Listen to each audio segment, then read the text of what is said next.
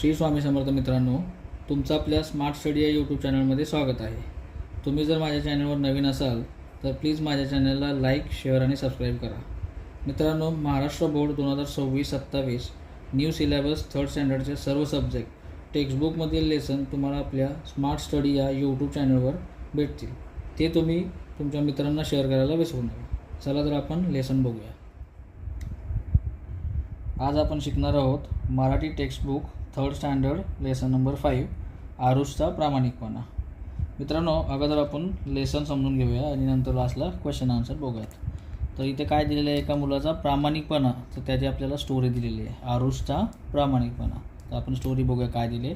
एके दिवशी शाळेच्या मैदानावर खेळताना आरुषला 100 रुपयाची नोट सापडली. एके दिवशी काय झालं, शाळेच्या मैदानावर मित्र खेळत होते, तर त्यामध्ये आरुषला एक 100 रुपयाची नोट सापडली आणि त्याने ती उचलली. त्याच्या मनात विचार आला. काय विचार आला, हे पैसे कोणाचे असतील, आता काय करावं बरं. त्याच्यामध्ये विचार आला की हे पैसे कोणाचे असतील, ते त्याला सापडले ते, आणि आता काय करावं बरं ह्याचं. तर आरुषने त्याच्या मित्रांना 100 रुपयाची नोट सापडल्याचे सांगताच आरुषने त्याच्या मित्रांना जेव्हा सांगितले की मला 100 रुपयाची नोट सापडली असं त्याने सांगितले, त्याचं सांगताच त्याचे मित्र काय म्हणाले, अरे आरुष, आता ते पैसे तुझेच आहेत. ते काय बोलतात, ते सापडलेले पैसे आता तुझेच आहेत. पैसे उचलताना तुला कोणी पाहिलं नाही ना. ते काय बोलतात, तू जे पैसे सापडले तुला, ते उचलताना तुला कोणी पाहिलं तर नाही, बघितलं तर नाही, असं ते लोक विचारतात. त्याच्यानंतर काय बोलतात ते, शाळा सुटल्यावर आपण या पैशातून खाऊ विकत घेऊ आणि मजा करूया. ते काय बोलतात, शाळा सुटल्यावर आपण या पैशाचा खाऊ विकत घेऊया आणि आपण मजा करूया. तर सापडलेली वस्तू ज्याची आहे त्याला परत करायची असते, हे आईवडिलांनी वेळोवेळी सांगितलेले त्याला आठवले. आरुषला काय आठवलं, मित्रांनी तसं बोलल्यावर सापडलेली वस्तू ज्याची त्याला परत करायची असते असे त्याच्या आईवडिलांनी त्याला सांगितलेलं होतं, वेळोवेळी त्याला चांगलं शिकवलेलं होतं, ते त्याला आठवतं. मग तो काय बोलतो, आरुष मित्रांना काय बोलतो, म्हणाला, नाही रे, हे पैसे कोणाचे तरी आहेत. तो काय बोलतो, नाही रे, हे पैसे कोणाचे तरी आहेत किंवा कोणाचे तरी असतील. ते हरवल्यामुळे त्यांना काळजी वाटत असेल. म्हणजे ते पैसे ज्याचे हरवले असतील त्याला त्याची काळजी वाटत असेल. आपण इतरांना दुःखी करून आनंद मिळवू नये. तो काय बोलतोय, ज्याचे पैसे हरवले असतील त्याला काळजी वाटत असेल, मग त्याचे पैसे आपण घेऊन आपण दुसऱ्याच्या दुःखाचा आनंद मिळवू नये. आपण हे पैसे शाळेत बाईंकडे नेऊन देऊयात. तो काय बोलतो, आपण हे पैसे शाळेमध्ये जमा करूया, बाईंच्याकडे नेऊन देऊयात. म्हणून आरुषने बाईंकडे ती नोट दिली आणि आरुषने काय केलं, ती नोट बाईंकडे दिली. तर नेक्स्ट डे काय झालं, दुसऱ्या दिवशी परिपाठाच्या वेळी बाईंनी आरुषच्या प्रामाणिकपणाबद्दल कौतुक केले. दुसऱ्या दिवशी काय झालं, परिपाठाच्या वेळी म्हणजे सकाळी जेव्हा शाळेमध्ये प्रार्थना वगैरे चालू असते त्यावेळी बाईंनी काय केलं, आरुषच्या प्रामाणिकपणाचं कौतुक केलं, कारण त्याने ती नोट शाळेमध्ये तिच्या बाईंच्याकडे जमा केली होती. त्याला एक सुंदर गोष्टीचं पुस्तक भेट दिलं आणि सर्व मुलांनी टाळ्या वाजवल्या. मग बाईने त्याचं प्रामाणिकपणाचं कौतुक केलं आणि त्याला एक सुंदर असं गोष्टीचं पुस्तक भेट दिलं आणि सर्व मुलांनी त्याच्याला टाळ्या वाजवल्यात. आता आपण क्वेश्चन आन्सर बघूयात. तर क्वेश्चन आन्सरमध्ये काय दिलं, एका वाक्यामध्ये उत्तरे लिहा. इथे छोटे प्रश्न दिले, त्याच्या एका वाक्यामध्ये उत्तरं लिहायचं. तर काय दिलं, पहिला प्रश्न काय आहे, आरुषला मैदानावर सापडलेली नोट किती रुपयांची होती. तर आरुषला मैदानामध्ये सापडलेली नोट किती रुपयांची होती, तर ते आपण स्टोरीमध्ये किंवा ह्याच्यामध्ये आपण बघितलं. काय त्याचा आन्सर 100.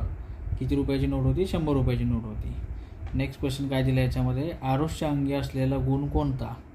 म्हणजे आपण याच्यामध्ये बघितल्याप्रमाणे आरुषच्या अंगी चांगला गुण कोणता होता, तर प्रामाणिकपणा, कारण त्याने ती नोट बाईंकडे जमा केली, त्याला सापडलेली नोट बाईंकडे, म्हणून तो प्रामाणिक आहे, असं आन्सर आहे. नेक्स्ट क्वेश्चन काय दिलं आहे, आरुषने सापडलेली नोट कोणाकडे दिली. आरुषने सापडलेली नोट कोणाकडे दिली होती, तर बाईंकडे दिली होती, त्याच्या टीचरकडे दिली होती. नेक्स्ट काय दिले, ते योग्य की अयोग्य ते लिहा. म्हणजे चूक किंवा बरोबर आहे ते लिहायचं आहे. तर त्याच्यामध्ये काय दिलेलं आहे, ते रियांशने शाळेत सापडलेले घड्याळ शिक्षकांजवळ नेऊन दिले. आता हे याच्यामधलं नाही आहे, पण हे योग्य की अयोग्य ते आपल्याला लिहायचं आहे. रियांशने शाळेत सापडलेले घड्याळ शिक्षकांजवळ नेऊन दिले, म्हणजे त्याला सापडलेली वस्तू त्याने शिक्षकांजवळ नेऊन दिली. तर हे योग्य की अयोग्य आहे, तर योग्य आहे, बरोबर आहे, असंच करायला पाहिजे. नेक्स्ट काय दिले, मंथनने व त्याच्या मित्रांनी त्यांना सापडलेल्या पैशातून खाऊ खाल्ला. ही गोष्ट बरोबर आहे की चूक आहे, तर ही चूक आहे, अयोग्य आहे, असं नाही करायला पाहिजे. जसं आरुषला 100 रुपयाची नोट सापडली, त्याने काय केलं, त्या बाईंकडे नेऊन दिली. यांनी काय केली, खाल्ले पैसे. तर हे चूक आहे, असं नाही करायला पाहिजे. म्हणजे याचा आन्सर काय येणार, अयोग्य.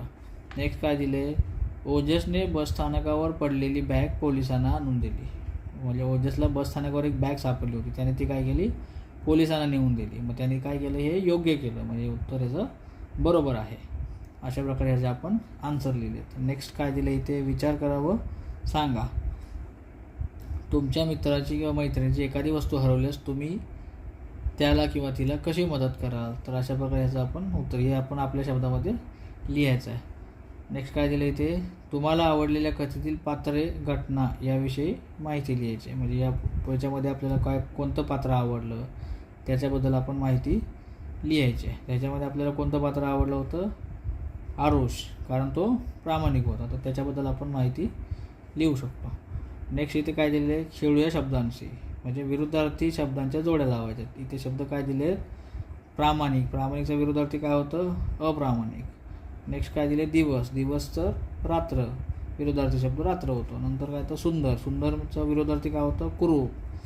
हरवणे. हरवणेचं काय होतं, सापडणे. तर अशा प्रकारे आपण हे विरुद्धार्थी शब्द लिहिलेले आहेत. नेक्स्ट बघूया आपण इथे काय दिले, नेक्स्ट प्रश्नचिन्हांची ओळख. म्हणजे प्रश्नचिन्ह ज्याच्यामध्ये दिले त्याची ओळख करायची. तर काय करायचं आहे, इथे काय दिले आपण वाचूया हे पोएम. पोपटा पोपटा असे कसे, तुझे पंख पोपटी कसे. इथे आता क्वेश्चन मार्क दिलेला आहे. तर ह्याच्याबद्दल आपल्याला माहिती द्यायची आहे. तर पोपटा पोपटा असे कसे, तुझे पंख पोपटी कसे. नेक्स्ट काय दिले, पोपटा पोपटा खातोस काय, हिरवी मिरची आणखी काय.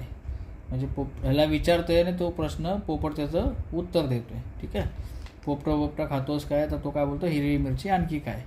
नेक्स्ट काय दिलं इथे, पोपटा तुझी चोच कशी. तो काय विचारतो, पोपटा तुझी चोच कशी. तो काय बोलतो, लाल चुटूक छान अशी. ठीक आहे, त्याच्यामध्ये काय दिलेलं पुढे आपण बघूयात.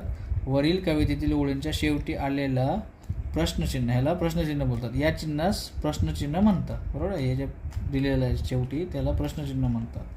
त्याला काय दिलं इथे, प्रश्नार्थक वाक्याच्या शेवटी प्रश्नचिन्ह वापरले जाते. म्हणजे आपण एखाद्याला प्रश्न विचारतो किंवा कोणी दुसरा आपल्याला प्रश्न विचारतो, तर त्याच्या पाठीचे हे चिन्ह लावतो, त्याला प्रश्नार्थ चिन्ह म्हणतात, त्याला प्रश्नचिन्ह.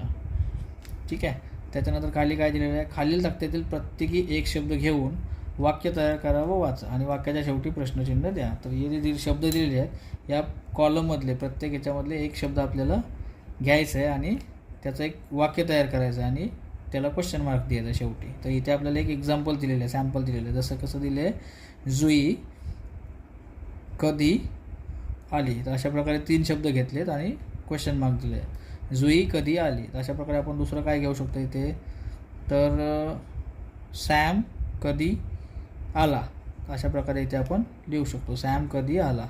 नेक्स्ट काय लिहू शकतो, जुईचं तर आपल्याला इथे एक्झाम्पल दिलेलं आहे, जुई कधी आली. मावशी कोठे राहते. अशा प्रकारे आपण लिहू शकतो, मावशी कोठे राहते, क्वेश्चन मार्क. नेक्स्ट काय दिलं आहे, सईद. तर सईदचं काय लिहू शकतो आपण, सईद काय करतो किंवा सईद कोठे राहतो. अशा प्रकारे आपण हे वाक्य लिहू शकतो आणि प्रत्येक वाक्याच्या पाठीमागे आपल्याला काय करायचं आहे, क्वेश्चन मार्क करायचे. तर अशा प्रकारे आपण हे बघितलेलं आहे.